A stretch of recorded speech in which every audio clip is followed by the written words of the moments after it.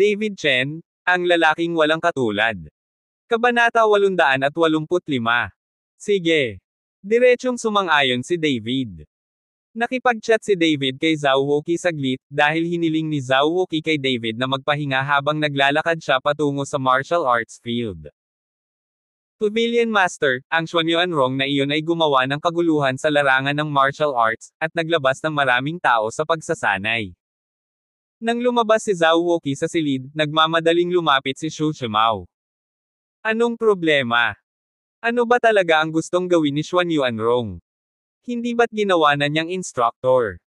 Sumimangot si Zhao Wuji. Hindi ko rin alam, pumunta ka at tingnan mo. Hinimok ni Xu Shimao. Napabuntong hininga si Zhao Wuqi, at nakalakad lamang ng mabilis patungo sa martial arts field.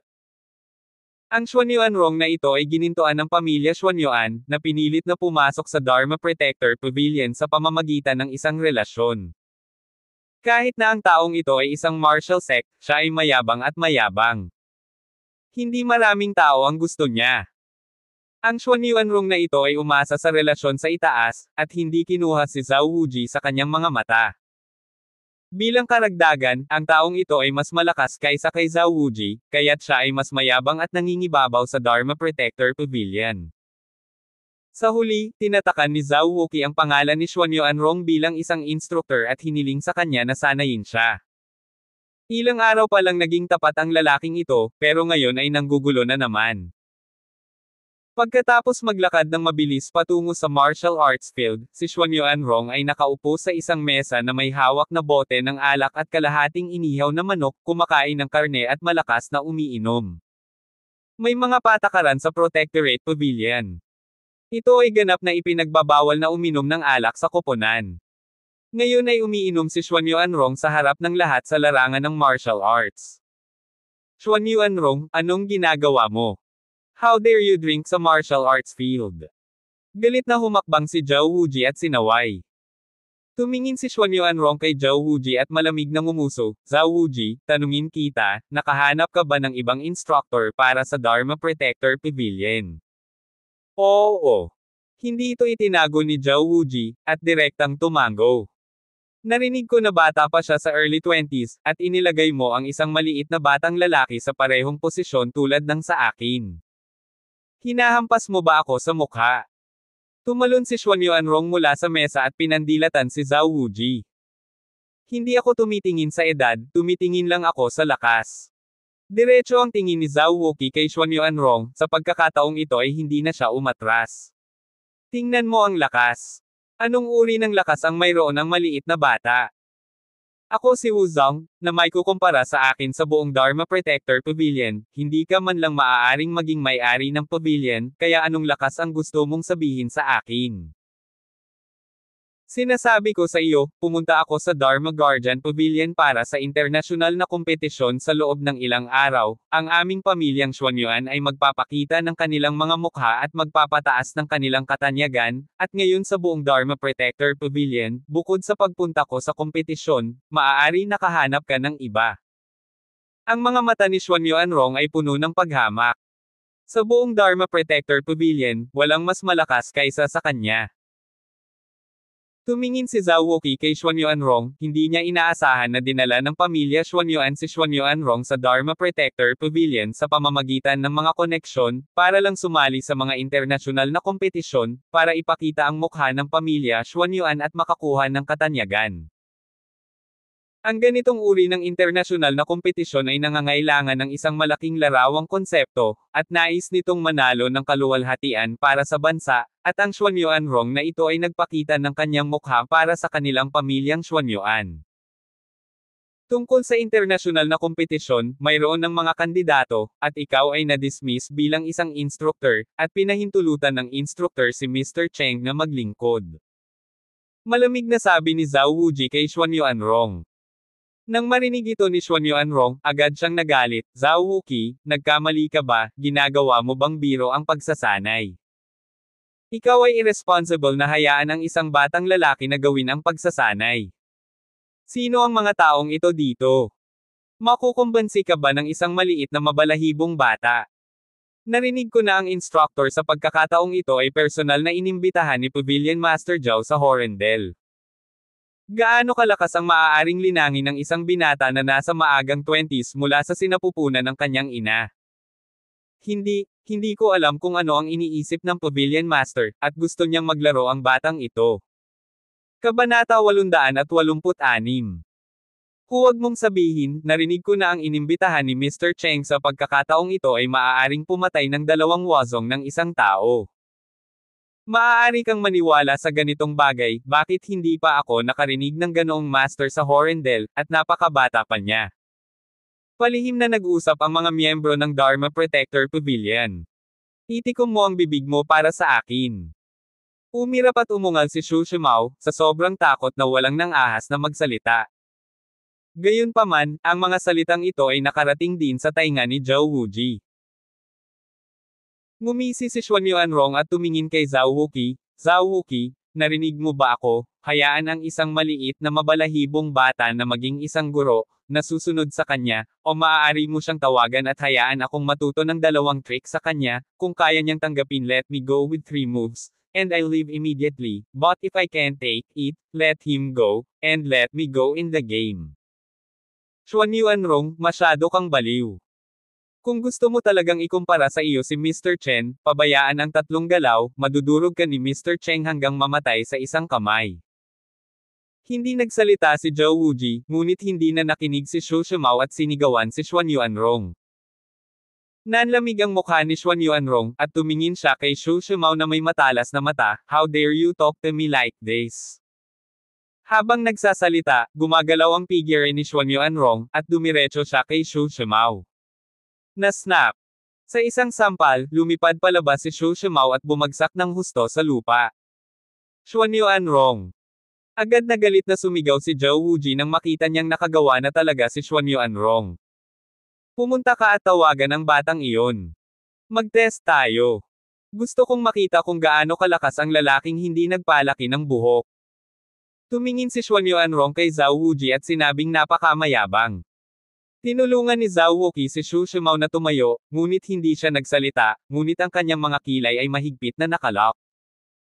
Nang makitang hindi nagsasalita si Zhao Wuqi, nasa sabik si Xu Shimao, Pavilion Master, pupunta ako at anyayahan si Mr. Chen. Hindi ko dapat hayaan ang taong ito na maging mayabang sa Dharma Protector Pavilion.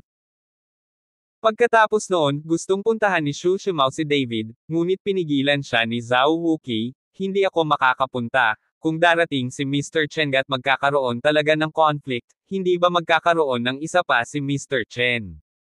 Kaaway. At saka, hindi madaling magalit ang pamilya Xuanyuan, napakaraming kalaban ni Mr. Cheng sa Kyoto, hindi tayo dapat gumawa ng gulo para sa kanya.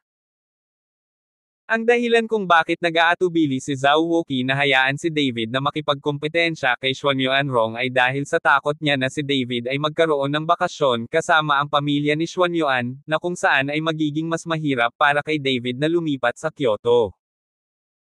Matapos itong marinig ni Xu Shimao, napahinto lamang siya, hinawakan ang kanyang namamagang mukha gamit ang kanyang kamay, at galit na tumingin kay Xuan Yuanrong, ngunit wala siyang magagawa.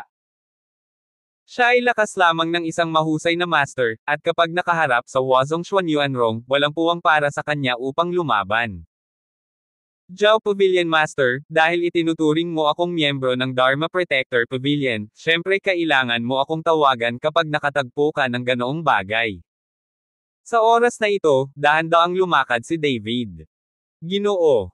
Chen, nang makita si David, agad na natuwa si Xu Shimao. Ginoo. Chen, hindi ka pa ba nagpapahinga? Lumapit si Zhao Wuji at nagtanong ng may paggalang. Gate Master Zhao? Sa aming lakas, pabayaan ang ilang oras na paglalakbay, kahit na hindi ka matulog ng 3 araw at 3 gabi, ayos lang. Bahagyang ngumiti si David. Ikaw ang instructor na inimbitahan ni Zhao Wuqi. Tanong ni Xuan Yuanrong kay David na may malamig na ekspresyon sa kanyang mukha. Hindi masama. Tumango si David. Sa pagtingin sa iyo sa iyong maagang 20s, mayroon ka ng lakas ng isang mahusay na master, at ikaw ay itinuturing na isang henyo, ngunit kahit na gayon, hindi ka karapat-dapat na maging isang instructor sa Dharma Protector Pavilion. Sa palagay ko ay hindi madali para sa iyo na linangin. Umalis ka na, malilibre pa kita. Nakikita ni Xuan Yuanrong sa isang sulyap na ang aura ni David ay nasa kaharian lamang ng isang dakilang master, kaya hindi niya kailangang matakot. Patawarin mo ako. Bahagyang itinaas ni David ang kanyang bibig, hindi ko alam kung sino si Xuan Yuan kay mula sa iyo. Kabanata 887. Natigilan si Xuan Yuanrong saglit, at pagkatapos ay sumagot, pamangkin ko si Xuan Yuan Kai, kilala mo ba si Xiao Kai? Siyempre alam ko, naputol ang braso niya, paanong hindi ko malalaman. Nasa harap niya si David at narinig na niyang nag-uusap sina Xuan Yuanrong at Zhao Wuji, kaya alam niyang miyembro ng Xuan Yuan family si Xuan Yuanrong. Ikaw ba si David? Gulat na tumingin si Xuan Yuanrong kay David. Tumango si David, oo, lolo mo, ako si David Chen. Nang makita ang pag-amin ni David, ang mukha ni Xuan Yuanrong ay puno ng pamatay na layunin, magandang bata, pinutol mo ang braso ng aking pamangkin, at nilunok mo si Long Jing sa iyong katawan. Ngayon, gusto kong ipaghiganti ang aking pamangkin, at siya nga pala, dadalhin kita ang dragon na kristal sa katawan ay inilabas. Sabi ni Xuan Yuanrong, biglang tumaas ang aura niya, at sasampalin na sana niya ng suntok si David. Xuan Yuanrong, ano ang gusto mong gawin? Ito ang Dharma Protector Pavilion, hindi mo ako matutulungan. Nang makitang sasalakayin ni Xuan Yuanrong si David, agad na tumayo si Zhao Wuji sa kanyang harapan at sinabing, Zhao Wuji, huwag mo akong ifkak sa Protector Pavilion. Sinaktan ng batang ito ang aking pamangkin. Ngayon ay kailangan kong ipaghiganti ang aking pamangkin. Kung ayaw mong mamatay, lumayas ka sa harapan ko. Hindi pinapansin ni Xuan Yuanrong si Zhao Wuji sa kanyang mga mata, at sumigaw ng mapang-abuso. Dahil dito ay naging pangit si Zhao Wuji, ngunit wala siyang magagawa. Walang kapantay ang kanyang lakas para kay Xuan Yuanrong. Kahit na gawin niya ito, humihingi siya ng gulo. Gate Master Zhao, mas mabuting umiwas ka. Ngayon, ginamit ko itong Xuan Yuanrong para manindigan para sa kapangyarihan, iligtas ang iyong mga nasasakupan na hindi nasisiyahan. Mahinang sabi ni David. Ginoo. Shen, tumingin muli si Zhao Wuji kay David. Ano? Natatakot ka bang hindi ko siya matalo? Sabi ni David na may bahagyang ngiti. Hindi banggitin ng isang Xuan Yuanrong, kahit na ito ay dalawang Xuan Yuanrong, hindi ito ang kalaban ni Mr. Chen, ngunit binibigyang pansin ni Mr. Cheng ang balanse sa huli, at hindi nagdudulot ng anumang pagkamatay. Natakot si Zhao Wuji na si David ay gumawa ng isang malakas na baril at mapatay si Xuan Yuanrong, na mahirap harapin sa oras na iyon. Huwag kang mag-alala, nasusukat ako. Tumango si David. Si David ay kumanta kasama si Zhao Wuji, ngunit si Xuan Yuanrong ay halos mamatay sa galit. Zhao Wuji, anong H3L ang pinagsasabi mo? Kapag hinanap ko ang batang ito at hinahanap kita para mag-ayos ng mga account, talagang minamaliit mo ako ng sobra. Matapos sumigaw ng galit si Xuan Yuanrong, naikuyom niya ang kanyang mga kamao at binasag ang kanyang kamao patungo sa dibdib ni David. Nagmamadaling umiwas si Zhao Wuji, alam niyang hindi talaga kalaban ni David si Xuan Yuanrong, ngunit pinanood niyang madaling pinatay ni David ang Xiao Dun at ni Saidao na iyon. Sa pagtingin kay Xuan Yuanrong na puno ng galit at sinuntok siya, si David ay may mahinang ngiti sa kanyang mukha, at hindi siya kumikibo. Nang dumampi ang kamao ni Xuan Yuanrong sa katawan ni David, ang katawan ni David ay tila nagkaroon ng protection na takip bigla, at isang mahinang gintong liwanag ang kumislap sa kanyang balat. Putok! Sa isang mapurol na tunog, ang kamao ni Xuan Yuanrong ay bumangga sa katawan ni David, ngunit ang kakaiba ay ang katawan ni David ay hindi gumagalaw, at kahit na ang ekspresyon sa kanyang mukha ay hindi nagbago kahit kaunti. Sa pagkakataong ito, ang puso ni Xuan Yuanrong ay nagulat, at tumingin siya kay David ng may pagtataka. Dapat mong malaman na ang kanyang suntok ay sapat na malakas upang basagin ang mga bundok at bato. Kahit na ang isang kotse ay maaaring masuntok sa pamamagitan ng isang suntok, ngunit ang suntok na ito ay tumama kay David na parang tinamaan ito sa isang matigas na steel plate. Ang malaking anti-shock force ay direktang yumanig sa braso ni Xuan Yuanrong, at ang sakit ay agad na dumaloy sa kanyang katawan. Kinagat ni Xuan Yuanrong ang kanyang mga ngipin, dahan-daang binawi ang kanyang kamao, at ang kanyang braso ay patuloy na nanginginig, ngunit pilit niyang pinipigilan ito upang walang ibang makakita nito. Ano ang nangyayari? Hindi kaya ginamit ni Xuan Yuanrong ang kanyang lakas? Ito ang suntok ni Wu Zhang. Kahit isang sasakyan ay madaling mabutas. Bakit hindi gumalaw si David? Maaaring may dalawang tao na kumilos ng kusa, at pagkatapos ay ibinigay si Shuwei David sa harap natin. Kabanata 888. Ang mga miyembro ng Protectorate Pavilion ay bumulong, sa kanilang opinyon, si Xuan Yuanrong ay isang martial sect, at ang suntok na ito ay maaaring umabot ng ilang libong kilo. Paanong may makatanggap ng suntok na ito at hindi pa rin gumagalaw? Okay, Mr. Chen, mahusay. Biglang sumigaw si Xu Shimao at pumalakpak. Siya ay sinampal ni Xuan Yuanrong ngayon lang, at matagal na siyang nagtatago ng sama ng loob sa kanyang puso. Ngayon si David ay sinuntok ni Xuan Yuanrong, ngunit hindi man lang siya kumikibo. Nililigawan mo si kamatayan. Ang mukha ni Xuan Yuanrong ay naging sobrang pangit, at pagkatapos sumigaw ng galit, nagpumiglas siya na lumipat patungo kay David. Sa pagkakataong ito, inilabas ni Xuan Yuanrong ang kanyang lakas, pinalalakas ang lahat ng kanyang lakas, at dahil sa nakakatakot na aura, ang lahat ng miyembro ng Dharma Protector Pavilion na naruroon ay nahihirapang huminga, tulad ng isang bundok na dumidiin sa kanila.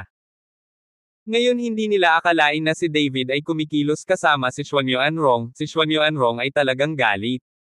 Boom! Pumapatol si Xuan Yuanrong ng walang awa na suntok, nakita lang ang alikabok na lumilipad, ang hard martial arts field, at direktang sumabog si Xuan Yuanrong sa isang malalim na butas.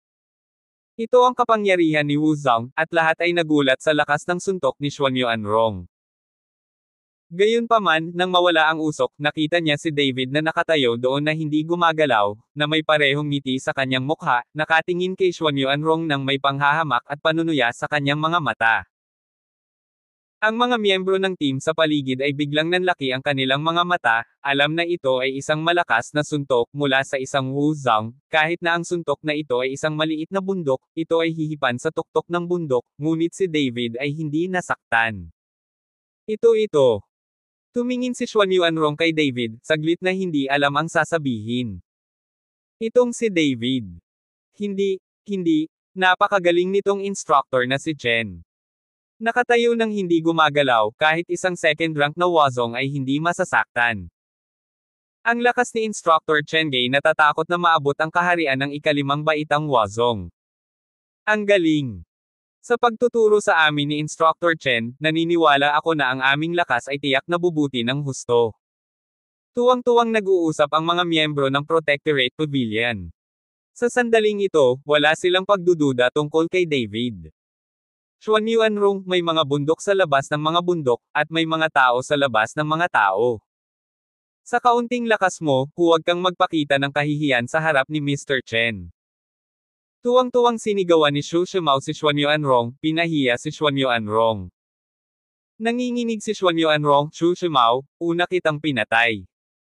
Hindi sinasalakay ni Xuan Yuanrong si David, ngunit inatake niya si Xu Shimao, na nagbabalak na paalisin si Xu Shimao.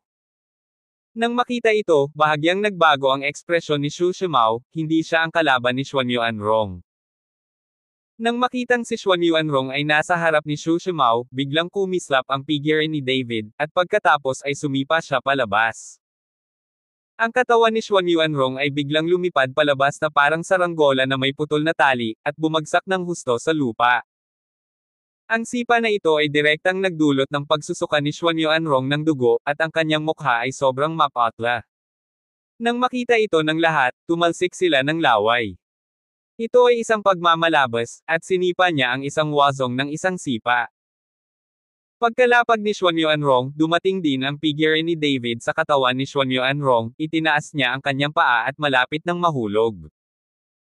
Sa sipa na ito, sisubog at mamamatay ang utak ni Xuan Yuanrong, at isang henerasyon ng Wazong ang mawawala ng ganito. Ginoo. Shen, hindi mo kaya. Nang makita ito, nagmamadaling humakbang si Zhao Wuqi para pigilan si David, Mr. Shen, paano mo masasabi na ang Xuan Yuanrong na ito ay miyembro din ng Xuan Yuan family, hindi mo siya mapapatay sa Dharma Protector Pavilion, magdadala ito sa iyo ng maraming problema, at pagkatapos ay ang ating Dharma Protector Pavilion ay mahihirapan din. Gagawin. Tumingin si David kay Zhou Wuji, dahan-daang binawi ang kanyang mga paa, tumingin kay Xuan Yuanrong at sinabing, umalis ka na. Nahihirapang umakyat si Xuan Yuanrong, galit na tumingin kay David at sinabing, anak, hintayin mo ako, tiyak na ipaghihiganti ko ang paghihiganting ito. Umalis si Xuan Yuanrong, hindi isinapuso ni David ang banta ni Xuan Yuanrong, dahil napakaraming tao ang nagbanta sa kanya, kung may pakialam si David, natakot na sana siya hanggang ngayon. Kabanata 889. Pavilion Zhao, hayaan mong ipakilala kita. Napatingin si David sa mga miyembro ng Guardian Pavilion. Tumango si Zhao Wuqi, nagtipon ang lahat. Sa isang utos, ang lahat ng miyembro ng Dharma Protector Pavilion ay nagtipon ng mahigpit, isa-isang nakatayong patayo, na may mga inaasahan at pananabik sa kanilang mga mukha. Ngayon mo lang din nakita ang lakas ni Mr. Chen. Sa hinaharap, tuturuan ka ni Mr. Chen at hahayaan kang pagbutihin ang iyong lakas sa maikling panahon. Ngayon ay inaanunsyo ko na si Mr. Cheng ang magiging instructor ng Law Enforcement Pavilion sa hinaharap, at dapat sundin ng lahat ang instructor na si Chen. Dispatch, kung maglakas loob kang hindi makinig kay Instructor Chen, umalis ka na lang dito. Sabi ni Zhao Wuqi sa mga miyembro ng team na may seryosong mukha. Sino bang hindi nakikinig kay Mr. Chen? Ako, si Xu Shimao, ay hindi makapasa sa pagsusulit na ito. Nagdagdag ng pangungusap si Xu Shimao. Oo, sundin ang mga tagubili ni Instructor Chen. Sabay-sabay na sigaw ng lahat ng players. Ang lakas na ipinakita ni David ngayon ay nakakumbinsi sa mga miyembro ng koponan noon pa man. Kahit na hindi sabihin sa kanila ni Zhao Wuqi, walang sinuman sa kanila ang maglalakas loob na suweyan. Ginoo. Chen, mangyaring magsabi ng ilang salita, tumingin si Zhao Wuqi kay David at sinabi.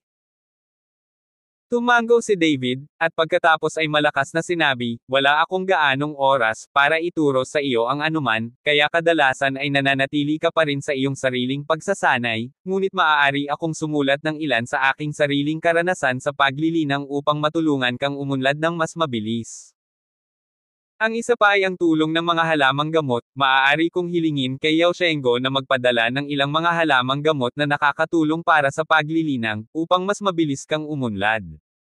Mahinang sabi ni David. Medicine God Valley Pill. Sa pagkakataong ito, lahat ng miyembro ng team, kasama si Zhao Wuqi, ay natulala. Dapat mong malaman na ang mga halamang gamot sa Yao Shenggo ay hindi ganoon kadaling hilingin. Ilang tao ang pumunta sa Yao Shenggo upang humingi ng gamot, ngunit sa wakas ay naharang sila mula sa labas. Higit pa rito, mayroong 12 ng mga tao sa Dharma Protector Pavilion, na nangangailangan ng 12 ng mga medicinal pill. Paano mamimigay si Yao Shenggo ng napakaraming medicinal pill sa Dharma Guardian Pavilion? Ginoo. Shen, ang mga medicinal pill sa Yao Shenggo ay mahal, at karamihan sa mga tao ay hindi ito makuha. Mayroon kaming 12 ng tao sa Dharma Protector Pavilion, na nangangailangan ng malaking halaga ng medicinal pill. Hindi kaya may pagkakaibigan si Mr. Cheng kay Yao Shenggo. Tanong ni Zhao Wuji na may pagtataka sa mukha. Bahagyang ngumiti si David, walang pagkakaibigan, ngunit bilang may-ari ng lambak, mayroon pa rin akong karapatan. Oh! Ngumuso si Zhao Wuqi. Ngunit pagkatapos ay natigilan siya, na parang nag-react, at tumingin kay David ng may pagtataka, Chen, Mr. Chen, anong sinabi mo? Panginoon! Kung hindi dahil sa Valley Master ng Yaoshan Valley, paano ako maglalakas loob na ipagmalaki ang napakalaking Haiko? Sabi ni David. Natigilan ang lahat sa sinabi ni David, at hindi sila nakapag-react ng matagal, dahil nabigla sila ni David kaya natulala na sila. Makalipas ang ilang minuto, nag-react si Zhao Wuqi, punong-puno ng excitement ang mukha niya, hindi niya talaga akalain na may ganitong first-level identity pala si David. Ngayong naging instructor na si David ng Law Enforcement Pavilion, hindi ba makukuha ni David ang mga gamot na table task na kailangan ng Dharma Guardian Pavilion sa hinaharap? Mabuhay si Instructor Chen. Ewan ko ba kung sino sa baba ang biglang sumigaw, tapos tuwang-tuwa lahat ng team members. Mabuhay si Instructor Chen. Mabuhay si Instructor Chen. Hindi nagtagal, maraming mag-asawa ang sumugod at binuhat si David ng mataas, dahil sa sobrang tuwa ay hindi nila alam kung paano ipahayag ang kanilang pananabik. Napatingin si Zhao Wuqi kay David, sobrang excited din ang mga mata nito. Sa pakikilahok ni David, ang kinabukasan ng Dharma Protector Pavilion ay maaaring maging napakatalino, at hindi ito mahuhulog sa isang nakakahiyang sitwasyon tulad ng ngayon. Ang kasalukuyang Dharma Protector Pavilion ay ang lola. Kung hindi mo mahal ang iyong tiyuhin o mahal, ang mga aristokratikong sekta na iyon ay tumitingin pa rin sa Guardian Pavilion. Kabanata 870. Sumulat si David ng isang libro ng kanyang sariling karanasan sa pagsasanay sa magdamag, at ibinigay ito kay Xu Shimao kinabukasan, at hiniling kay Xu Shimao na pangunahan ang mga tao na magsanay ayon sa kanyang sariling karanasan sa pagsasanay, habang si David ay nagplanong pumunta sa Yaoshan Valley at tanungin si Xu Changsheng para ibigay sa kanya. Ang mga tao mula sa Dharma Protector Pavilion ay nag-practice ng ilang medicinal herbs, at siya nga pala, nag-practice siya ng Black Jade Intermittent Paste, nang sa gayon ay hindi gaanong magduse sina Lin Chanho at Chi Feng. Ginoo Shen, bakit hindi kita samahan mamasyal? Maraming tao sa Kyoto ang nakatingin sa iyo ngayon. Kahit na ang lakas ko ay hindi makakatulong sa iyo, pagkatapos ng lahat, ang aking pagkakakilanlan ay narito, at walang sino man ang manggahas na talagang patayin ako.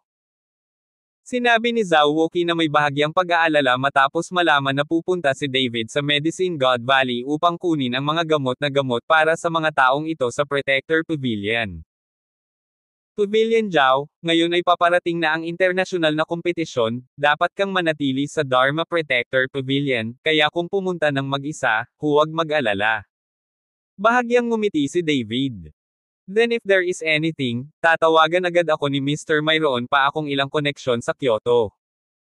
Nakuha ni Zhao Wuqi ang posisyon ng Pavilion Master ng Dharma Protector Pavilion sa Kyoto, ngunit mayroon din siyang ilang paraan at koneksyon. Kung hindi, paano niya naabot ang ganoong mahalagang posisyon? Sige. Tumango si David. Ngunit nang si David ay lalabas na ng Dharma Protector Pavilion, bigla siyang huminto, lumingon kay Zhao Wuji at nagtanong, Zhao Pavilion Master, alam mo ba kung nasaan ang Wuying Villa? Ginoo Shen, pupunta ka ba sa Wuying Villa? Naghihinalang tanong ni Zhao Wuqi. Mayroon akong ilang pakikipagkaibigan kay Zhao Liguo, ang may-ari ng Shadowless Villa, at plano kong pumunta at tingnan. Mahigit isang buwan nang hiwalay si David kay Zhao Liguo. Ngayong alam na niya na ang Wuying Villa ay isang bulwagan ng Dragon Sect at nasa ilalim ng kanyang pamumuno, naisipan ni David na puntahan ito, at pagkatapos ay pumunta sa Protector Pavilion para kumuha ng ilang gamot para sa Wuying Villa. Itinuro ni Zhao Wuqi kay David ang lokasyon ng Wuying Villa. Sa isang kagubatan sa labas ng Kyoto, matatagpuan ang Wuying Villa sa loob. Dumating si David sa Wuying Villa ayon sa lugar na itinuro ni Zhao Wuqi. Nakatingin sa napakagandang gusali sa kanyang harapan, isang manor na may 10,000 metro kwadrado, medyo nabigla si David.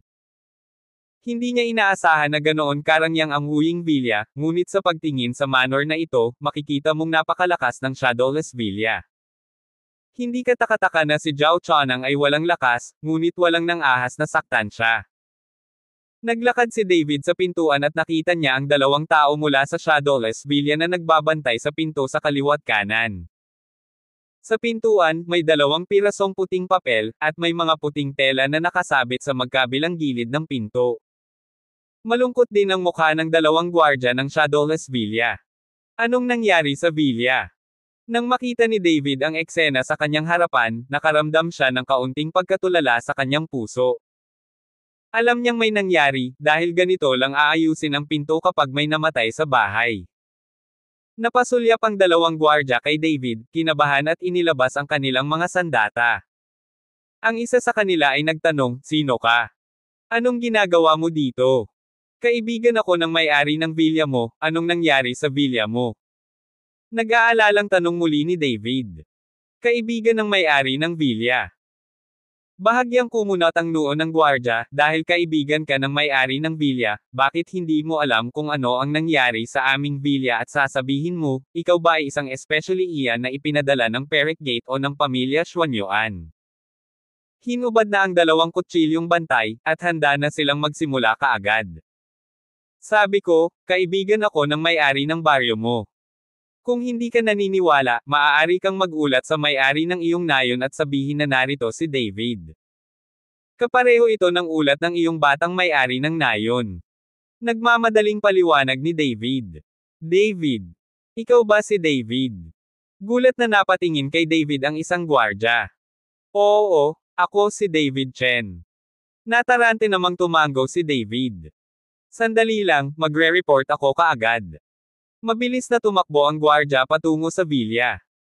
Pagkaraan ng ilang sandali, bumalik ang gwardya, at dumating si Zhao Chonang kasama ang gwardya. Kabanata 871. Kaya lang sa sandaling ito, hindi na makikita ang mukha ni Zhao Chonang sa sobrang laki ng itsura.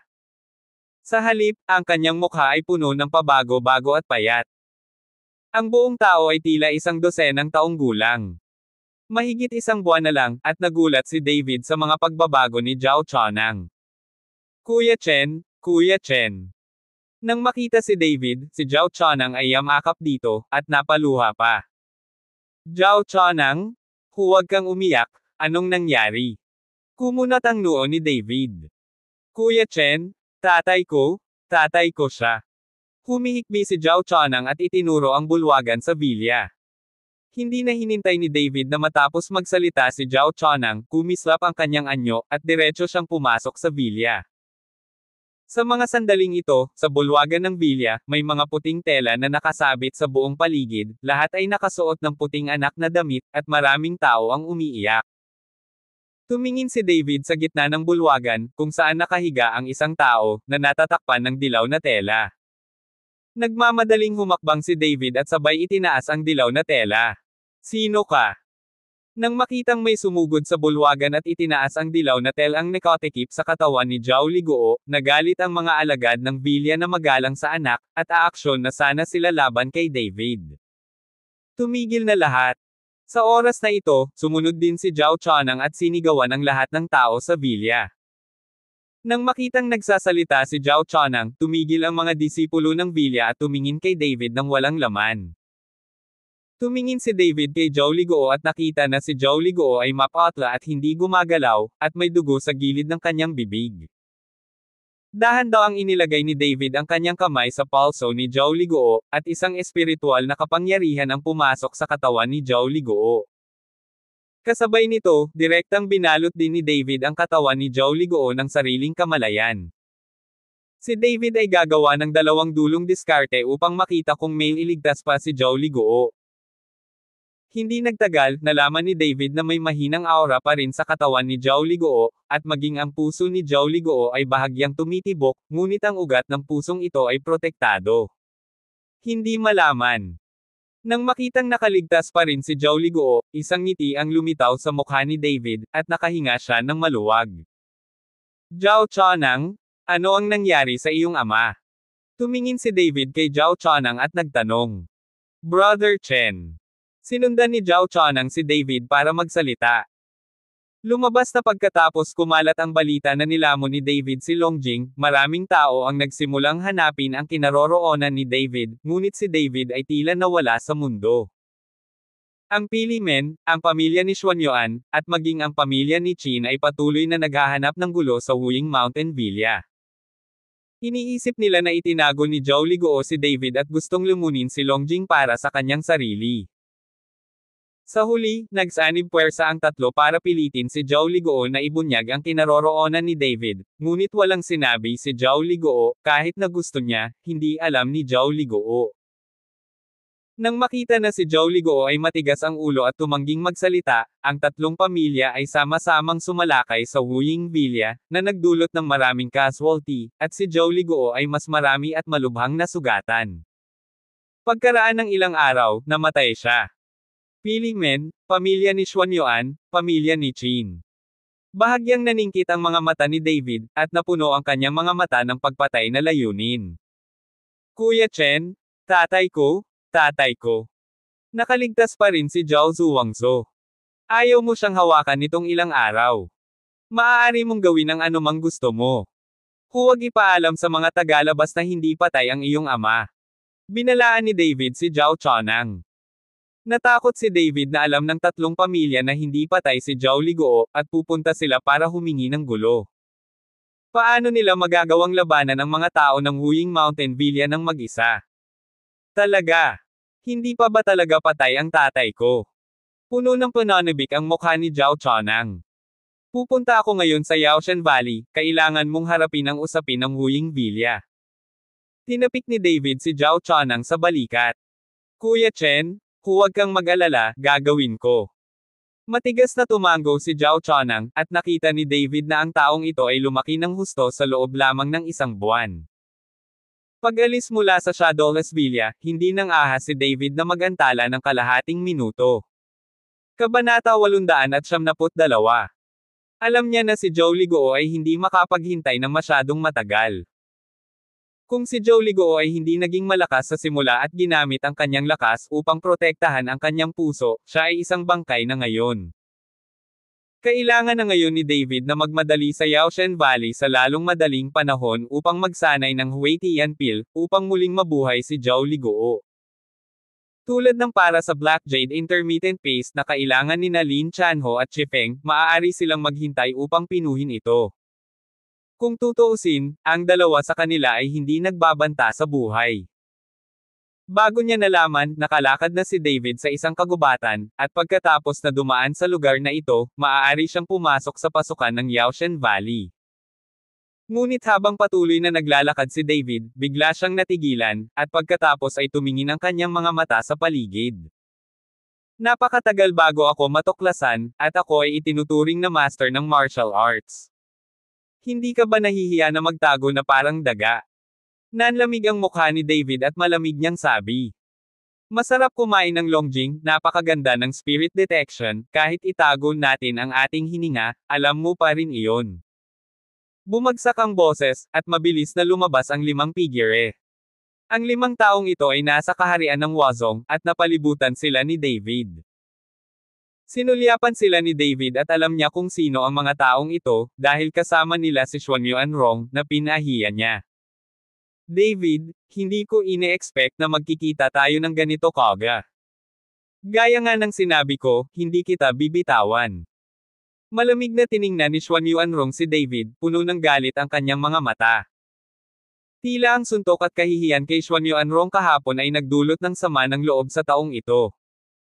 Bahagyang naningkit ang mga mata ni David, tumigil ka sa pagsasalita ng walang kaparerekon, maghiganti ka lang, wala akong oras para kausapin ka.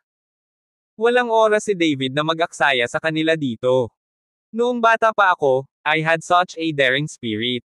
Wala akong 5 martial sects, pero hindi ako natakot. Ito ay talagang isang bayani na lumabas bilang isang teenager. Sa oras na ito, nagsalita ang isang nasa katanghaliang gulang na lalaki na kamukha ni Xuan Yuanrong at may mas masungit na mukha. Kuya, itong batang ito ang pumutol sa braso ni Xiao Kai. Ngayon ay pahihirapan natin siya at ipaghihiganti si Xiao Kai. Sabi ni Xuan Yuanrong sa nasa katanghaliang gulang na lalaki. Noon lang nalaman ni David na ang taong ito ay si Xuan Yuanyan, ang pinuno ng pamilyang Xuan Yuan, kaya medyo kinabahan ang puso ni David. Hindi niya inaasahan na lalabas si Xuan Yuanyan ng personal, tila ang pamilya Xuan Yuan ay talagang binibigyang importansya sa kanya. Kamay lang, hindi naman big deal. Sabi nga sa kasabihan, mas mabuting magkaaway kaysa sa isang relasyon. Kung may luluwa mo si Longjing at ibigay ito sa akin, ipinapangako ko na itatanggal ng pamilya Xuan Yuan ang iyong mga hinaing at hinding-hindi ka guguluhin. Gusto ni Xuan Yuanyan si Longjing, ngunit wala siyang pakialam sa braso ng kanyang anak. Dahan daw ang tumingin sa paligid si David. Naghahanap siya ng pagkakataon para makatakas. Sa pagharap kay Xuan Yuanyin at ilang mga master ng Wuzong, hindi sigurado si David na siya ay mananalo, hindi pa banggitin na wala siyang oras upang labanan sila dito. Hindi mo kailangang isipin ang pagtakas. Ngayon ay hindi ka maaaring lumipad ng nakabukas ang iyong mga pakpak, kaya dapat mong ibigay si Long Jing ng masunurin, upang hindi magdusa ng laman at dugo. Matagal nang nakita ni Xuan Yuanyin ang iniisip ni David, at bahagyang ngumiti. Bilang pinuno ng angkan ng Xuanyuan, hindi ka ba nahihiya para sa angkan ng Xuanyuan nang ang 5 sekta ng militar ay nakipag-ugnayan sa isa sa aking mga dakilang amo? Kung may kakayahan ka, magka-head-to-head tayo. Ngumisi si David kay Xuanyuan. Hahaha, nakakahiya. Ano ang dapat ikahiya? Kahit napatayin kita ngayon, sino ang makakakita nito, sino ang makakaalam? Hindi mo kailangang gumamit ng mga agresibong taktika laban sa akin. Bagamat ikaw ay nasa kaharian ng isang dakilang master, ngunit ang lakas ay nalampasan na si Wu Zhang, ang aking pangalawang kapatid ay hindi makagalaw sa iyong mga kamay, dapat kang magpanggap na nakakaawa. Si Xuanyuan yan ay hindi man lang nalinlang ni David. Tila kung hindi ibinigay ni David si Long Jing, magsisimula silang magtrabaho ng magkasama. Kabanata 873. Nakita ni David na hindi man lang naloko si Xuan Yuanyin, at alam niyang kailangan niyang magtrabaho ng husto, kaya malamig niyang tiningnan si Xuan Yuanyin, at nagsimulang tumaas ang aura sa kanyang katawan. Sa mga taong ito, si Xuan Yuanyin lang ang pinaka-nagbanta sa kanya. Nakatingin sa tumataas na aura ni David, ngumiti si Xuan Yuanyin at sinabing, may lakas ka pa ba ng loob na lumaban?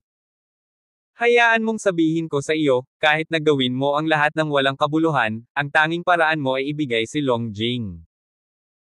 Hindi nagsalita si David, ngunit biglang lumitaw ang isang gintong liwanag sa kanyang katawan, at ang nakakatakot na aura ay agad na tumakas patungo kay Xuan Yuanyin. Ang katawan ni David ay bumaril din patungo kay Xuan Yuanyin sa isang iglap. Kailangan niya ng sorpresang pag-atake kay Xuan Yuanyin, at mas mabuti kung masakop niya ang kalaban sa isang galaw. Bahagyang nanliit ang mga mata ni Xuan Yuanyin, at kumaibot ang mga sulok ng kanyang bibig. Tila matagal na niyang inaasahan na sasalakayin siya ni David. Nakita ko ang palad ni Xuan Yuanyin na bumubulusok, at isang gintong liwanag ang biglang namuo sa harapan nila. Ang liwanag na ito ay parang pader, pinuprotektahan si Xuan Yuanyin sa kanyang harapan. Narinig ko na mayroon kang isang hindi masisira na gininto ang katawan, at alam ko ang kaunti tungkol dito. Makikipaglaro ako sa iyo ngayon. Halika, ang katawan ni Xuan Yuanyin ay nagsimulang maglabas ng mga pagsabog ng gininto ang liwanag.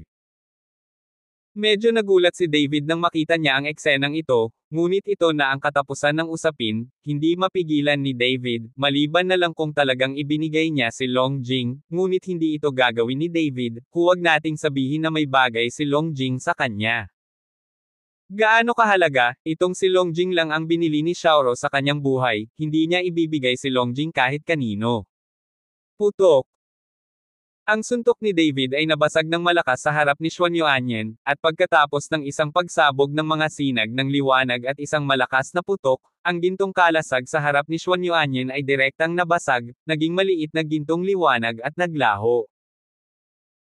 Bahagyang naiba si Xuan Yuanyin, at sinabing natigilan, hindi kataka-taka na ang pangalawang kapatid na lalaki ay hindi makakagawa ng kahit isang galaw sa iyong mga kamay, ito lang ang suntok, natatakot ako na ito ay mas malakas kaysa sa ikatlong ranggo na si Wuzong, tila na maraming tao ang nalilito sa nakikita mong lakas. Ngayon, tumigil ka na sa pagsasalita ng walang kaparerekon. Nabigo si David sa isang suntok, at umungol muli, na sinundan ng isa pang suntok. Sa pagkakataong ito, itinaas niya ang kanyang espiritual na kapangyarihan sa sukdulan. Sa pagharap sa sitwasyong nasa harapan niya, hindi nang ahas si David na maging pabaya. Naningkit ang mga mata ni Xuan Yuanyin, ngunit sa halip na umiwas, biglang lumitaw ang gininto ang liwanag sa kanyang katawan. Sa sandaling ito, si Xuan Yuanyin ay parang isang mandirigma na nakasuot ng gintong baluti. Kumalabog. Isang malakas na banggaan ng bakal ang tumunog, bahagyang nagbago ang mukha ni David, at biglang umatras ang kanyang anyo. Ang suntok kanina, hindi lang hindi nasaktan si Xuan Yuanyan, kundi ang sariling braso ni David ay bahagyang namamanhid. Paano ito mangyayari? Puno ng pagdududa ang mukha ni David. Kailangan niyang malaman na ang kanyang suntok ay maaaring makabasag kahit isang matigas na tansong pader, ngunit nang tumama ito kay Xuan Yuanyan, hindi nasaktan ang kalaban. Bagaman ang lakas mo, bata ka pa rin kung tutuusin. Ilang dekada na yata akong naglilinang. Kung hindi ka kapareha, isang batang mabalahibo, pagtatawanan ka ng mundo. Ipinapayo ko sa iyo na huwag mag-abala at ibigay si Longjing ng masunurin. Iniligtas ko ang iyong buhay. Ngumisi si Xuan Yuanyan. Wishful thinking. Pagkatapos magsalita ni David, dahan-dahan niyang itinaas muli ang kanyang kanang kamay, at ang Dragon Slaying Sword ay lumitaw sa kamay ni David sa isang iglap. May dugong dumadaloy sa katawan ng Dragon Slaying Sword, at hindi nagtagal ay nagsimulang masunog ang dugo. May whole card pa. Si Xuan Yuanyan ay natigilan sandali, at pagkatapos ay ang hininga sa kanyang katawan ay nagsimulang pumailanglang, at ang kanyang mukha ay naging solemn. Kasabay nito, nang makita ni Xuan Yuanyan at ng iba pa si David na kinuha ni David ang Dragon Slaying Sword, lahat sila ay naglabas ng isang maikling espada na ilang pulgada ang haba mula sa kanilang mga baywang, ngunit pagkatapos ang maikling espada ay naging 10 talampakan ang haba sa mga kamay ng 4 na taong ito. Kaagad pagkatapos, ang 4 na tao ay nagpasok ng mahabang espada sa kanilang mga kamay sa 4 na direksyon, at umawit ng mga salita sa kanilang mga bibig. Maya-maya, kumislap ang maliwanag na sinag ng liwanag. Ang mga sinag ng liwanag na ito ay nagsanib, direktang nakapalibot kay David at Xuan Yuanyan, na parang bumubuo ng isang kulong. Space. Kabanata 874. Dahil ang iyong anak ay nahuhumaling at tumangging ibigay si Longjing, maaari ka lamang niyang patayin at alisin si Longjing sa iyong katawan. Ang mga mata ni Xuan Yuanyan ay kumislap na may layuning pumatay, sa pagbuo ng aking pamilyang Xuan Yuan, walang makakatakas, ngunit hindi ako magagapi sa porma sayon na ito, ang porma sayon na ito ay maaaring magbigay sa akin ng tuloy-tuloy na daloy ng enerhiya. Ang pormasyong ito ay itinayo ni Xuan Yuanrong at ng iba pa, upang makuha ni Xuan Yuanyan ang enerhiya mula kay Xuan Yuanrong at sa iba pa kapag siya ay nasa formation. Wu Zhang daw. Talaga. Pagkatapos ay susubukan ko ang pagbuo ng iyong Xuan Yuan family. Ang katawan ni David ay kumikinang sa gininto ang liwanag, at ang Dragon Slaying Sword sa kanyang kamay ay lalong nagliliyab. Punta ka sa H3L. Hinampis ni David si Xuan Yuanyan gamit ang isang espada. Silang dalawa na lang ngayon ang nasa formation, kaya dapat gumawa si David ng paraan para samantalahin ang kasalukuyang pagkakataon para patayin o masaktan si Xuan Yuanyan. Si David ay mahirap ipaglaban. Nagbago ang ekspresyon ni Xuan Yuanyan. Hindi niya inaasahan na magiging ganoon kalakas si David sa pormasyong ito. Anak, minamaliit talaga kita. Malamig na sumangot si Xuan Yuanyan, at pagkatapos ay naging gintong liwanag ang kanyang katawan, patungo lamang kay David. Sa sandaling ito, itinuring ni Xuan Yuanyan ang kanyang katawan bilang isang sandata, at kailangan niyang pilitin na sundan ang Dragon Slaying Sword sa kamay ni David. Si David ay hindi nang ahas na maging pabaya, at ginamit ang kanyang espiritual na kapangyarihan sa sukdulan, at ang dugo sa kanyang katawan ay kumuulo. Bang bang bang. Walang humpay na tunog, at ang dalawang tao ay patuloy na nagbanggaan sa porma sayon. Ito ay parang dalawang gintong sinag ng liwanag na patuloy na magkakaugnay, at si Xuan Yuanrong at ang iba pa sa labas ay hindi makita ang silhwete ng dalawa. Ang malaking enerhiya ng banggaan ay nakakulong sa porma sayon at hindi maaaring kumalat, at sina David at Xuan Yuanyan ay nasa ilalim ng tumataas na presyon sa porma sayon, at ang espasyo sa buong porma sayon ay tila baluktot. Kung titingnan ngayon mula sa labas, ang buong porma sayon ay tila puno ng tubig, patuloy na nanginginig at naghahadges. Nagulat ang pamilya ni Xuan Yuanrong sa mga pagbabago sa porma sayon. Walang sino man sa kanila ang nakakaalam kung ano ang nangyayari sa loob, at wala ni isa sa kanila ang nakadama ng panganib na papalapit. Klang! Sa isa pang pagpindot, ang Dragon Slaying Sword ni David ay humampas ng malakas sa kamao ni Xuan Yuanyan. Ang mga katawan ng dalawang tao ay naghiwalay sa isang iglap, at ang enerhiya na nabuo sa pamamagitan ng pagpindot ngayon ay natipon muli sa porma sayon. Bahagyang nanginginig ang kamay ni David na hawak ang dragon slaying sword, at ang bibig ng tigre ay tumutulo ng dugo. Sa sandaling ito, ang pressure sa formation ay umabot na sa sukdulan, at kailangang ibuka ni David ang kanyang bibig bago siya makahinga. At ang mukha ni Xuan Yuanyan ay naging mas pangit, ngunit ang layunin ng pagpatay sa kanyang mga mata ay mas malakas. Ang lakas ni David ay lampas sa kanyang imahinasyon. Kung hindi niya papatayin si David ngayon, in time, hindi na siya magiging kalaban ni David. Dapat mong malaman na nilamon ni David si Longjing at may Longjing na tutulong sa kanya sa kanyang paglilinang. I-click, i-click. Sa isang pagsabog ng mga banayad na tunog na hindi madaling makita, ang kamalayan ni David ay agad na kumalat sa buong porma sayon. Sa oras na ito, ang magaan na kurtina sa apat na dingding ng porma sayon ay nagsimulang magkaroon ng banayad na mga bitek. Alam niyang malapit na ang porma sayon na ito, napangiti si David, at nag-isip siya ng paraan para makatakas. Boy! Tumatawa ka pa kapag malapit ka ng mamatay, kunin mo ang iyong buhay. Galit na umungol si Xuan Yuanyan, at ang nakakatakot na aura ay muling napunta kay David. Kinagat ni David ang kanyang mga ngipin at itinaas ang kanyang dragon slaying sword para lumaban. Boom! Isa pang malakas na suntok, ang katawan ni David ay mabilis na umatras, at ang kanyang mga paa ay gumawa ng dalawang malalim na marka sa lupa. Ang mga laman loob sa katawan ni David ay nagsimulang bumagsak ng tuloy-tuloy. Ang dragon slaying sword ay naisama na kay David. Ngayon ang suntok na ito ay tumama sa dragon slaying sword at wala itong pinagkaiba sa pagtama kay David. Kabanata 875. Kaagad pagkatapos, ang lalamunan ay matamis, at ang isang bibig ng dugo ay tumalsik mula sa bibig ni David, at ang kanyang mukha ay naging lubhang pangit. Ang gininto ang liwanag sa katawan ni David ay nagsimula ring lumabo, at ang umaalab na apoy ng dragon slaying sword ay unti-unting napatay. Hahaha! Hindi napigilan ni Xuan Yuanyan na matawa. David, masunurin mo pa ring ibinigay si Longjing, gamit ang iyong kasalukuyang lakas, hindi mo man lang ako kalaban, mas malakas pa ang hindi masisirang gininto ang katawan ko kaysa sa iyo, hindi mo ito kayang labanan. Ako, kung patuloy kang lalaban ng ganito, mamamatay ka lang. Tiningnan ni David ang mapagmataas na si Xuan Yuanyan, ang kanyang mukha ay naging mas solemn na, tama si Xuan Yuanyan, hindi siya ang kanyang kalaban. Kung magpapatuloy ang laban na ito, maaga o huli, matatalo si David. Gayunpaman, sa sandaling ito, ang mga bitek sa light curtain ng formation ay palaki ng palaki, at ang enerhiya na naipon sa formation ay umabot sa pinakamataas na punto. Wait, tahan. Lihim na nagnganga si David ng kanyang mga ngipin, inalis ang dragon slaying sword, at pinakawalan ang lahat ng espiritual na kapangyarihan sa kanyang dantian. Ang gininto ang liwanag sa katawan ni David ay nagsimulang muling kumurap, at ang mga kalamnan sa buong katawan ay tila naging ginto. Hindi ka pa rin sumusuko. Ang sulok ng bibig ni Xuan Yuanyan ay kumaibot, at pagkatapos ay ang hininga sa kanyang katawan ay nagsimulang pumailanglang, at pagkatapos ay sumugod siya kay David. Hindi naglakas loob na magpabiye si David, at agad siyang binati ng kamao. Boom!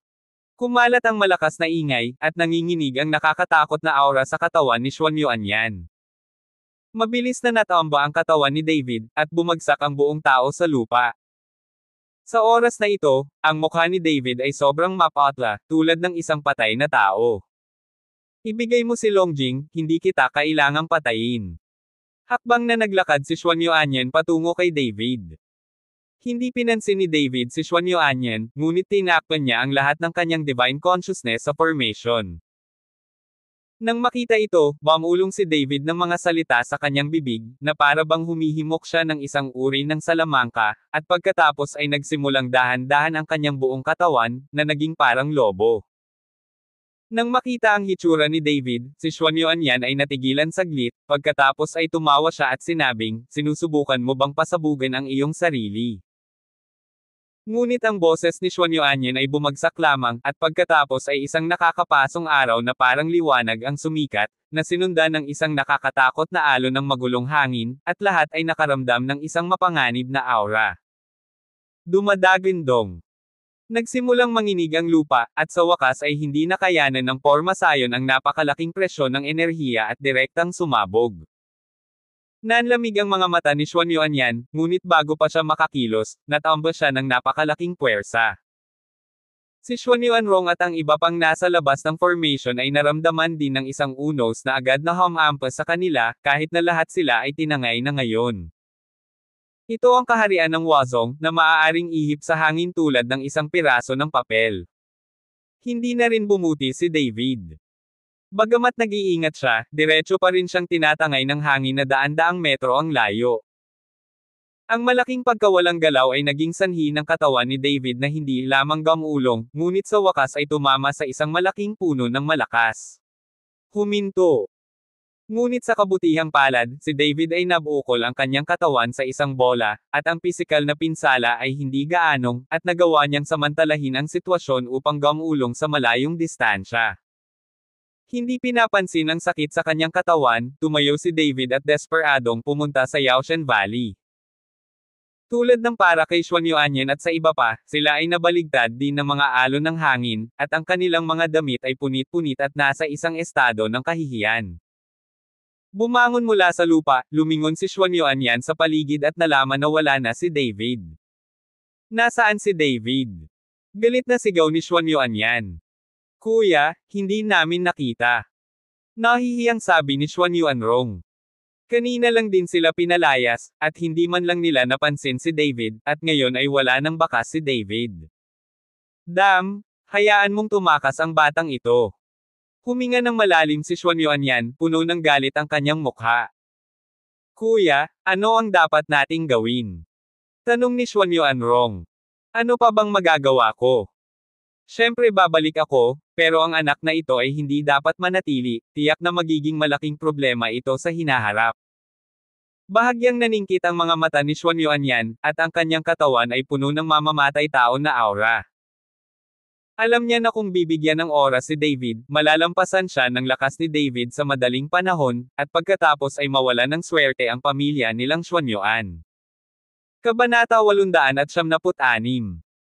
Sa oras na ito, si David, na puno ng mga galos, ay tumakbo patungo sa Medicine God Valley.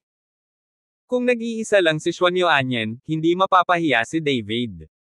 Ang mga paa ni David ay nag-condense ng espiritual na kapangyarihan, at tumagal lamang ng kalahating araw bago makarating sa Yaoshan Valley. Nakita ng mga alagad ni Taniguchi ang nahihiyang hitsura ni David, at nagmamadaling humakbang pasulong upang suportahan siya, at ang ilang tao ay nagmamadaling magulat kay Xu Changsheng. Hindi nagtagal, nagmadaling pumunta si Xu Changsheng kasama ang ilang matatanda, at kasama nila si Xiaolan. Nang makita nila ang sugatang hitsura ni David, nagulat silang lahat. David, ano bang nangyayari sa'yo? Humakbang si Xiaolan at nagtanong na may pagkabalisa sa mukha. Mahabang kwento, mamaya ko nasasabihin. Pagkatapos magsalita ni David, tumingin siya kay Xu Changsheng, Elder Xu, inihahanda mo na ngayon ang mga gamot na kailangan mo para sa Huitian Pill. Gusto kong pinuhin ang Huitian Pill. Go Master, ikaw na ngayon. Halika, huwag kang mag-alala sa akin, magiging maayos din ako pagkatapos ng ilang sandali mag-isa. Hinimok ni David si Xu Changsheng. Pumunta si Xu Changsheng upang ihanda ang mga panggamot na materyales, habang si David ay tinulungan ni Xiaolan sa Yaoshan Valley. Sa silid, inayos ni David ang kanyang kalusugan at dahan-daang gumaling mula sa kanyang mga sugat. Ang heart concentration art ay mabilis na tumatakbo, desperadong sumisipsip sa nakapalibot na aura, at maging ang ilan sa aura sa Longjing na kagagaling lang ay naabsorb sa nakaraan. Gayunpaman, ang mga aura na ito ay hindi sapat upang maibalik si David sa kanyang pinakamataas na estado. Sa kanyang kasalukuyang lakas, hindi maaaring isagawa ni David ang Heaven Returning Pill. Dahan-dahan niyang iminulat ang kanyang mga mata, nakita niyang madilim na sa labas, at hindi na makita ni David ang kanyang mga sugat, ngunit medyo nanghihina pa ang kanyang katawan at hindi pa siya tuluyang nakaka-recover. Naglakad si David papunta sa Sect of Medicine at nalaman niyang walang tao dito. Tinatayang pumunta siya upang ihanda ang mga panggamot na materyales, at ang Shenlongding ay tahimik na nakatayo sa gitna ng bulwagan. Dahan-daang hinahaplos ang Shenlongding, sinisiyasat ni David ang isang tipak ng divine consciousness sa Shenlongding. Hindi nagtagal, nakadama si David ng simple at sariwang hininga, na nagpaginhawa kay David. Ang ganitong klaseng aura na parang aura pero hindi aura ang talagang nakapagpagaling sa mahinang katawan ni David. Mayroon bang misteryo sa kalderong ito? Naramdaman ni David ang paghinga at labis na nagulat. Mula nang makuha ni David ang Shenlongding, hindi pa niya ito maingat na ginalugad, ngunit ginamit lang niya ang Shenlongding na ito upang pinuhin ang ilang mga tabletang panggamot. Pagtingin sa Shenlongding na nasa harapan niya, biglang tumalon si David at direktang tumalon sa ding. Nakita ni David sa tripod na mayroong isang linya ng maliliit na karakter sa panloob na dingding. Ang lalaking tigre ay umuungal sa mga bundok, ang babaeng dragon ay umaawit sa ilalim ng dagat. Si Yuro ay naspray mula sa pintuan, at ang kanho ay nagsuka ng ginto at pilak. Ang tuktok na string ay 8 tail ng ginto, at ang ilalim na string ay kalahating kati ng tubig. Nang matapos si David sa pagbabasa, sa sandaling iniisip niya kung ano ang ibig sabihin nito, isang nakasisilaw na liwanag ang agad na bumuglas mula sa tansong tungko, at isang hininga ang agad na bumalot kay David dito, na naging dahilan upang himatayan si David. LOL. Tila nilalaslas ng matalim na sandata ang katawan ni David ngunit hindi niya ito naramdaman. Sa sandaling ito, si David ay tila nasa dagat ng ganoong uri ng hininga, ang kanyang katawan ay nauuhaw na hinihigop ang nakapalibot na hininga. Nakakunot noo, ipinakita ni David ang isang nasisiyahang ngiti sa kanyang mukha. Sa oras na ito, tila siya ay nasa isang panaginip, ngunit natagpuan niya na ang panaginip ay totoo. Ngunit pagkatapos, ang dagat sa kanyang harapan ay nawala, napalitan ng nagngangalit na dagat ng apoy. Ang init ng apoy ay nagparamdam kay David ng hindi matiis na sakit sa buong katawan. Gusto niyang makatakas, ngunit nalaman niyang hindi siya makatakas. Gusto niyang sumigaw, ngunit hindi siya makagawa ng ingay. Ang mainit na apoy ay patuloy na nagninangas kay David, ang balat ni David ay nagsimulang bumagsak sa patong-patong, at pagkatapos ay patong-patong. Sa huli, ang matinding sakit ay naging sanhi ng pagkawala ng malay ni David. Hindi ko alam kung gaano katagal, nagising si David sa mahinang sigaw. David? David? Bakit ka dito natulog? Tumingin si Xiaolan kay David, na nakakulong sa Shenlongding, at patuloy na sumisigaw. Kabanata 897. Dahan-daang iminulat ni David ang kanyang mga mata at nakitang nagtatakang nakatingin sa kanya si Xiaolan. Tumayo si David at tumalon mula sa kaldero. Nakita niya na bukod kay Xiaolan, naroon din si Xu Changsheng at ilang matatanda. Inihanda nila ang mga panggamot na materyales at gusto nilang tawagan si David, ngunit nalaman nilang wala si David sa silid. Dumating ang ilang tao sa pangunahing bulwagan at nalaman na si David ay talagang natutulog sa Shenlongding. Bakit dito ka natulog? Kakaibang tanong ulit ni Xiaolan. Ako, hindi ko rin alam. Bahagyang kumunot ang noo ni David, naalala niya lang na tumalon siya sa tripod, at parang panaginip sa likuran niya. Hindi mo alam sa sarili mo. Lalong naguluhan si Xiaolan. Huminga ng malalim si David at ipinikit ang kanyang mga mata para suriin ang kanyang katawan. Nagulat siya nang makitang ang mga kalamnan at buto sa kanyang katawan ay kumikinang din ng gininto ang liwanag, at ang espiritual na enerhiya sa kanyang dantian ay mas parang dagat. Tiningnan ni David ang Shenlongding na nasa harapan niya, at sa pamamagitan ng pagwagayway ng kanyang palad, isang mapusyaw na asul na apoy ang nagsimulang tumaas sa Shenlongding. Gumagalaw ang apoy sa mga iniisip ni David, minsan mas malaki at minsan mas maliit. Elder Shu, handa ka na bang ihanda ang mga panggamot na materyales? Tanong ni David kay Xu Changsheng. Go Master, handa na ang lahat. Nagmamadaling sagot ni Xu Changsheng. Okay, pwede mo nang ilagay ang mga halamang gamot.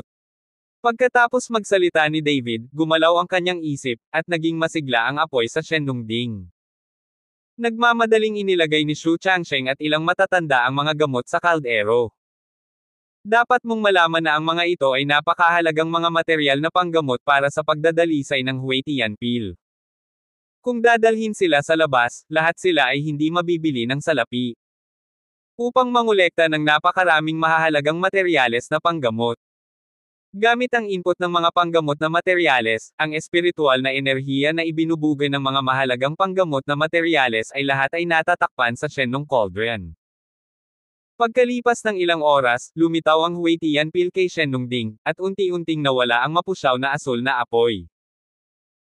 Ang pagpino ng isang Heaven Returning Pill, bilang karagdagan sa pangangailangan para sa mga mahalagang materyal na panggamot na ito, ay kumokonsumo din ng malaking halaga ng espiritual na kapangyarihan para sa alchemist. Ngunit pagkatapos ni David na linisin ang Huitian Pill, ang kanyang katawan ay wala sa estado ng pagkapagod, at ang kanyang dantian ay puno pa rin ng espiritual na enerhiya. Hindi kaya panaginip lang ngayon. Baka sa mukha ni David ang saya. Ano ang binubulong-bulong mo? Nakita ni Shaolan na parang medyo abnormal si David, at napabulong siya sa sarili, kaya nagtanong siya. Ang ganda talaga nitong si Shenlong Ding. Hindi lang ito nakakagawa ng alchemy, kundi nakakapagpagaling din ng mga sakit at nagpapalakas ng katawan. Masayang sabi ni David. Master, itong Shenlong Cauldron ay isang sinaunang bagay. Hindi ko alam kung gaano karaming makapangyarihang tao ang nagpino ng alchemy sa Shenlong Cauldron na ito, at kung gaano karaming mga bihirang at kakaibang damo ang napino sa Shenlong Cauldron na ito. Sa napakaraming taon, ang Shenlong Cauldron na ito ay pino. Siguradong naka-absorb ito ng maraming hininga. Matapos sabihin ito ni Xu Changsheng, biglang napagtanto ni David na ito ay talagang hindi isang panaginip, ngunit na-trigger niya ang pagbuo sa Shenlong Ding, upang masipsip niya ang hininga na nakaimbak sa Shenlong Ding, at sa parehong oras ay pinandi ito ng ang banal na apoy sa Ding. Katawan. Sa ganitong paraan, hanggat ang Shenlong Cauldron ay patuloy na ginagamit upang gumawa ng alchemy, ang Shenlong Cauldron ay maaaring patuloy na mag-imbak ng hininga, at pagkatapos ay maaari itong gamitin para sa self-cultivation. Hahaha, magandang bagay, talagang magandang bagay. Tawa ng tawa si David at sobrang excited. Gamit ang kanyang sariling Longjing, si Longjing ay maaaring makabuo ng espiritual na enerhiya at mag-imbak dito araw-araw para sa kanyang sariling paglilinang. Ngayon ang Shenlong Ding na ito ay maaari na ring tumulong sa kanyang sarili sa kanyang paglilinang. Para kay David, ito ay simpleng tulong sa snow. Nang makita ang biglang pagtawa ni David, tumingin si Shaolan sa kanya ng may kakaibang mga mata, sa pag-aakalang si David ay baliw. Sa sandaling ito, si David lang ang nakakaalam kung gaano kahalaga sa kanya ang sekretong ito ni Shenlong Ding. Kung malakas si David, hindi siya mapapahiya ngayon. Kaharap ang pamilyang Xuanyuan, ganito pa rin si David, ngunit paano kung kaharap niya ang pamilyang Long? Ano ang pinaasa ni David para pumunta sa Long family para maghayganti at iligtas ang kanyang ina? Kabanata 878. Pagkaraan ng ilang sandali ay nasa sabik, unti-unting kumalma si David. Inalis ang Huitian Pills, sinabi ni David kay Xu Changsheng, Elder Xu, kumuha ng ilang elder para magtrabaho ng husto sa gabi at pinuhin ang 12 ng mga body training pills. Dadalhin ko sila bukas ng umaga. Nilalayo ni David na ibalik ang mga body training pills para sa mga miyembro ng Dharma Protector Pavilion sa Kyoto, upang ang lakas ng mga manlalarong ito ay mapapabuti sa lalong madaling panahon. Huwag mag-alala, ang may-ari ng lambak, magdamag tayong mag-alchemy, at tiyak na tatapusin natin ang gawain. Tumango si Xu Changsheng. Umalis si David sa bulwagan at babalik na sana sa silid upang magpahinga, ngunit patuloy na sinusundan ni Shaolan si David. Bagamat 2 araw lamang siyang noalay kay David, nalaman ni Shaolan na hindi niya kayang mabuhay nang wala si David, na iniisip siya sa lahat ng oras. Gabi na, anong ginagawa mo sa akin kung hindi ka matutulog? Nang makita ni David na sinusundan siya ni Shaolan, natakot siya. Masyadong open ang babaeng ito, kung hindi papansinin ni David ay kukunin ni Shaolan ang pagiging inosente niya. Kung ganoon, medyo maaawa siya kay Sonya. Hindi pa masyadong maganda ang sugat mo, gusto kitang alagaan. Sabi ni Shaolan. Okay, gumaling na ang sugat ko, hindi mo na ako kailangang alagaan. Mabilis na ikinaway ni David ang kanyang kamay at tumalo ng ilang beses, na nagpapahiwatig na siya ay gumaling. Sabi ko hindi maganda, malaking tao ka, bakit ang biyenan mo? Tinulak pa ni Shaolan si David ng diretso sa kwarto, at saka nilock ang pinto. Ano ang gagawin mo? Natigilan si David. Ako na ang mag-aalaga sa iyo ngayong gabi at matutulog sa iyo. Prangkang sabi ni Shaolan. Hindi maganda para sa isang solong lalaki at isang balo na magkasama, mariing umiling si David. Hindi ako natatakot sa masamang impluwensya. Sabi ni Shaolan. Pero natatakot ako, inosenteng binata pa rin ako, kung. Hindi alam ni David ang susunod na sasabihin. Huwag kang mag-alala, kahit sa iisang kwarto kita matulog, wala akong gagawin sa iyo. I really treat me like those Limaloti women. Kung hindi ka pumayag, hindi kita hahawakan. Napatingin si Shaolan kay David. Parang awkward sa tenga ni David ang mga sinabi ni Shaolan, hindi ba dapat ganito ang sinabi ng isang lalaki sa isang babae? Ngayon ay kabaligtaran, si Shaolan ang naging pinuno. Si David ay tumingin kay Shaolan ng walang magawa, at sa wakas ay nakatulog na lamang sa kanyang mga damit. Pero nitong gabing ito, hindi ginalaw ni Shaolan si David, Salang niya si David ng palihim, matagal na itong alam ni David, pero para makaiwas sa kahihiyan, nagkunwaring natutulog si David, hanggat si Shaolan ay hindi masyadong nakakatakot. Ito. Kinaumagahan, inihatid ni Xu Changsheng ang inihandang body training pills ng napakaaga. Nang makita sina David at Shaolan na lumabas sa isang silid, bahagyang ngumiti si Xu Changsheng. Guzo, handa na ang body training pill. Bilang karagdagan, mayroon akong isang solidong essence pill dito. Sa tingin ko ay tiyak na makakatulong ito sa Gujing pill. Hanggat kinakain ng Gujing itong Gujing pill, kahit 300 rounds ang laban, magiging madali. Tugon.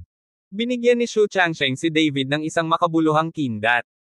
Saglit na natigilan si David, at pagkatapos ay naintindihan niya ang sinasabi ni Xu Changsheng. Pinangalanan pa niyang Gujingdan ang medicinal pill na ito. Naglakas loob talaga siyang pangalanan ito. Elder Xu, ang mga bagay ay hindi tulad ng iniisip mo. Wala akong ginawa kay Shaolan, at hindi ko magagamit ang Gujing pill mo. Dapat mong itago ito para sa iyong sarili. Awkward na paliwanag ni David. Elder Xu, talagang minamaliit mo si David. Isa siyang gwapong binata na nasa 20s. Paano kaya niya magagamit ang ganoong bagay? Hindi mo alam kung gaano siya kabangga sa gabi.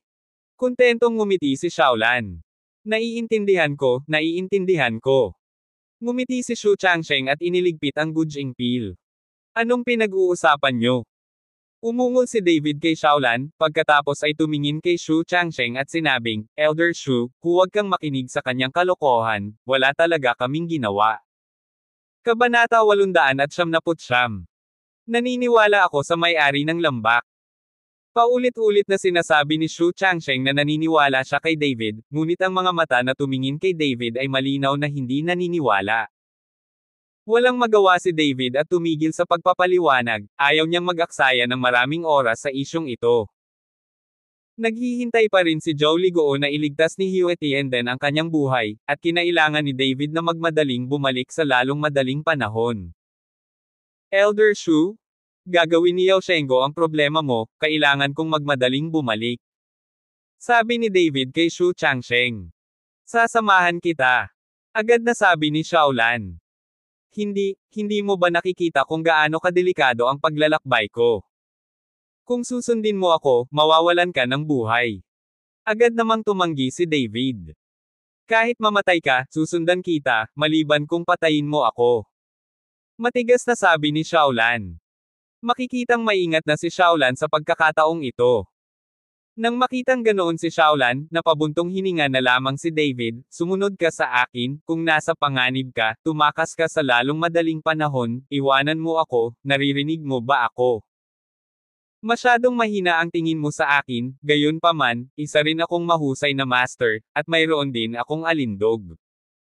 Hindi nasisiyahang sabi ni Shaolan. Walang sinabi si David, at hindi pa alam ni Shaolan.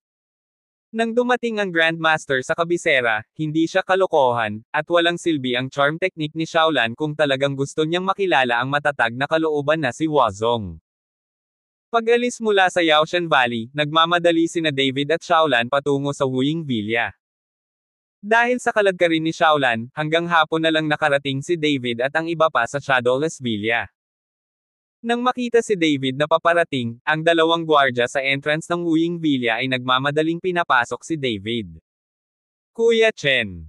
Matapos marinig na nakabalik na si David, nagmamadaling lumabas si Zhao Chanang sa bulwagan. Hindi niya inaasahang babalik si David ng ganoon kaga. Zhao Chanang, walang dumating sa 2 araw na ito. Natakot si David na hindi siya mahuli ni Xuan Yuanyan, kaya pumunta siya sa Wuying Villa para maghanap ng gulo.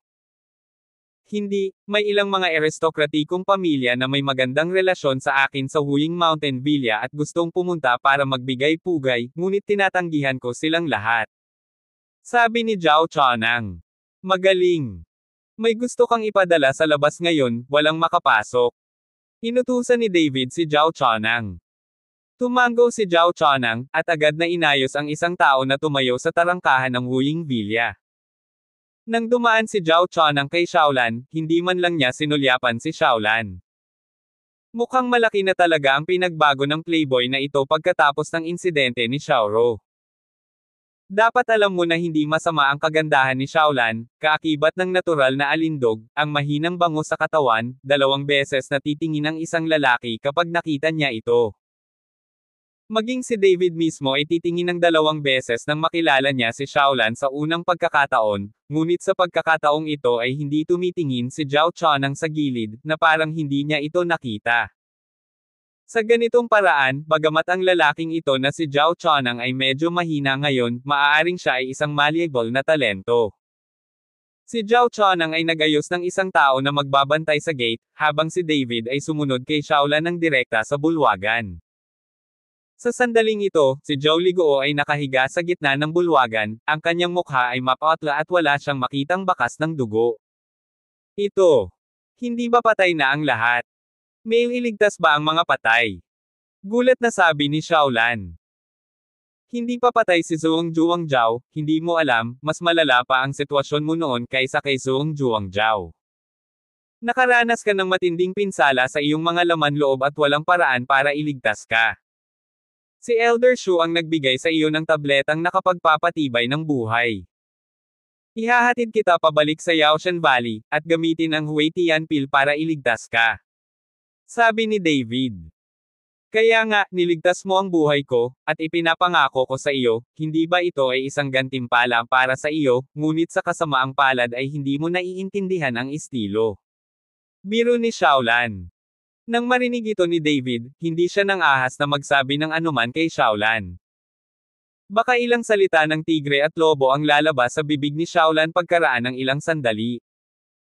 Si David ay humakbang pasulong at hinawakan ang palso ni Zhao Liguo, at isang espiritual na puwersa ang pumasok sa katawan ni Zhao Liguo. Bahagyang tumitibok ang puso ni Zhao Liguo, at ang paligid ng kanyang puso ay tinatakpan ng hininga. Kabanata 900. Pagbukas ng bibig ni Zhao Liguo, pinasok ni David ang Huitian Pill dito, at pagkatapos ay bahagyang pinindot ni David ang tiyan ni Zhao Liguo, pagkatapos ay direktang pumasok si Huitian Pill sa katawan ni Zhao Liguo. Hindi nagtagal, ang maputlang mukha ni Zhao Liguo ay nagkaroon ng pahiwatig ng namumula, at pagkatapos ay nakita niya ang pagtibok ng kanyang puso, ngunit si Zhao Liguo ay hindi nagising, ngunit ang kanyang mga mata ay nakapikit. Kakapasok lang ni Zhao Chanang, at nang makita ang pagbabago ng kanyang ama, tuwang-tuwa siyang bumangon, naramdaman ang hininga ng kanyang ama, tuwang-tuwa si Zhao Chanang, tatay, gumising ka kaagad at tumingin sa akin. Ngunit kahit anong sigaw ni Zhao Chanang, hindi tumugon si Zhao Liguo, tanging ang pintig ng kanyang puso ang nagpapakita na si Zhao Liguo ay buhay pa. Kuya Chen, tatay ko. Tumingin si Zhao Chanang kay David na nagtataka. Pagkatapos kumain ng Huitian Pill, aabutin ng 49 na oras bago magising. Sa panahong ito, dapat mong protektahan ang iyong ama. Paliwanag ni David. Salamat, Kuya Chen.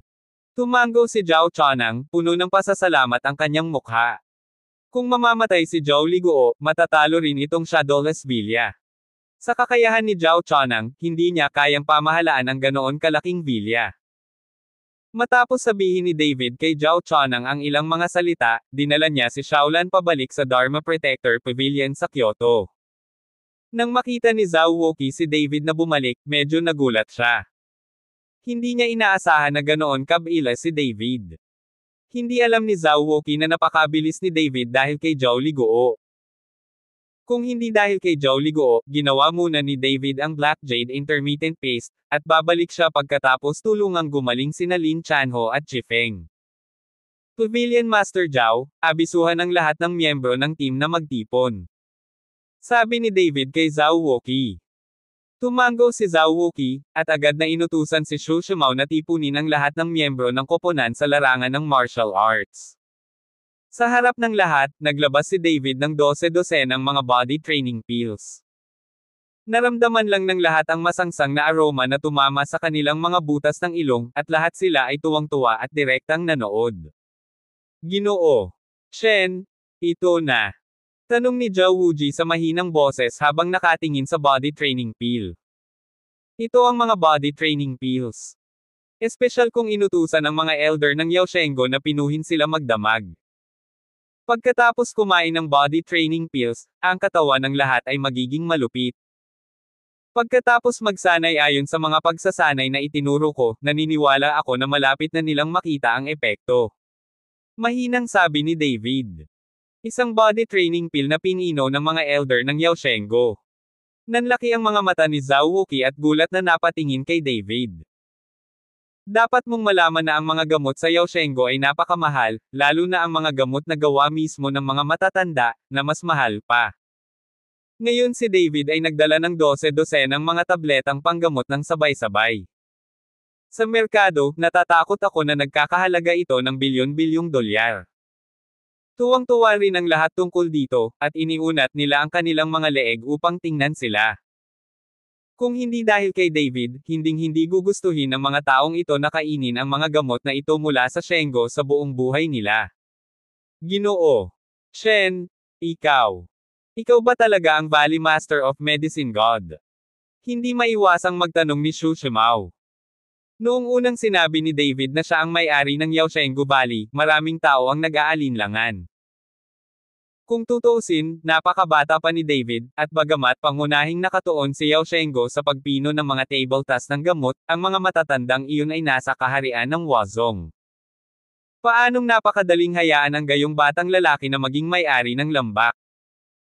Kung gusto mong maging Valley Master of Medicine God, maliban kung mayroon kang napakahusay na medikal na kasanayan at kasanayan sa alchemy, mahirap maging Valley Master of Medicine God Valley ng mag-isa. You little balimatard, Mr. Cheng nagdala ng lahat ng medicinal pill, at nagdududa ka pa rin sa sinabi ni Mr. Chen, ayaw mo ba nitong body training pill? Sinipa ni Zhao Wuqi ang A55 ni Xu Shumao at sinabing. Tumalon si Xu Shumao at mabilis na humingi ng tawad kay David, Mr. Chen, hindi ko sinasadya? How dare I doubt you? I am. Namula si Xu Shumao, natitisid, hindi alam kung paano ipapaliwanag. Bahagyang ngumiti si David, okay lang, ako, ang Valley Master of Medicine God Valley, napilitan ding maglagay ng titulo. Ang mga talagang namamahala ay si Elder Xu at ang iba pa. Oo. Paulit-ulit na tumango si Xu Shumao, mukhang napakahiyang. Huwag matigilan, kainin ang body training pill, at magmadali at magsanay. Sabi ni David. Sa sandaling iwagayway ni Zhao Wuqi ang kanyang kamay, agad na lumapit ang mga kapitan ng iba't ibang koponan, kinuha ang mga tabletas sa pagsasanay at ipinamahagi ang mga ito. Salamat, Instructor Chen. Abangan ang mga susunod pang kabanata ng David Chen, ang lalaking walang katulad. For more updates, please subscribe to my YouTube channel and don't forget to like and share. Thanks for your support.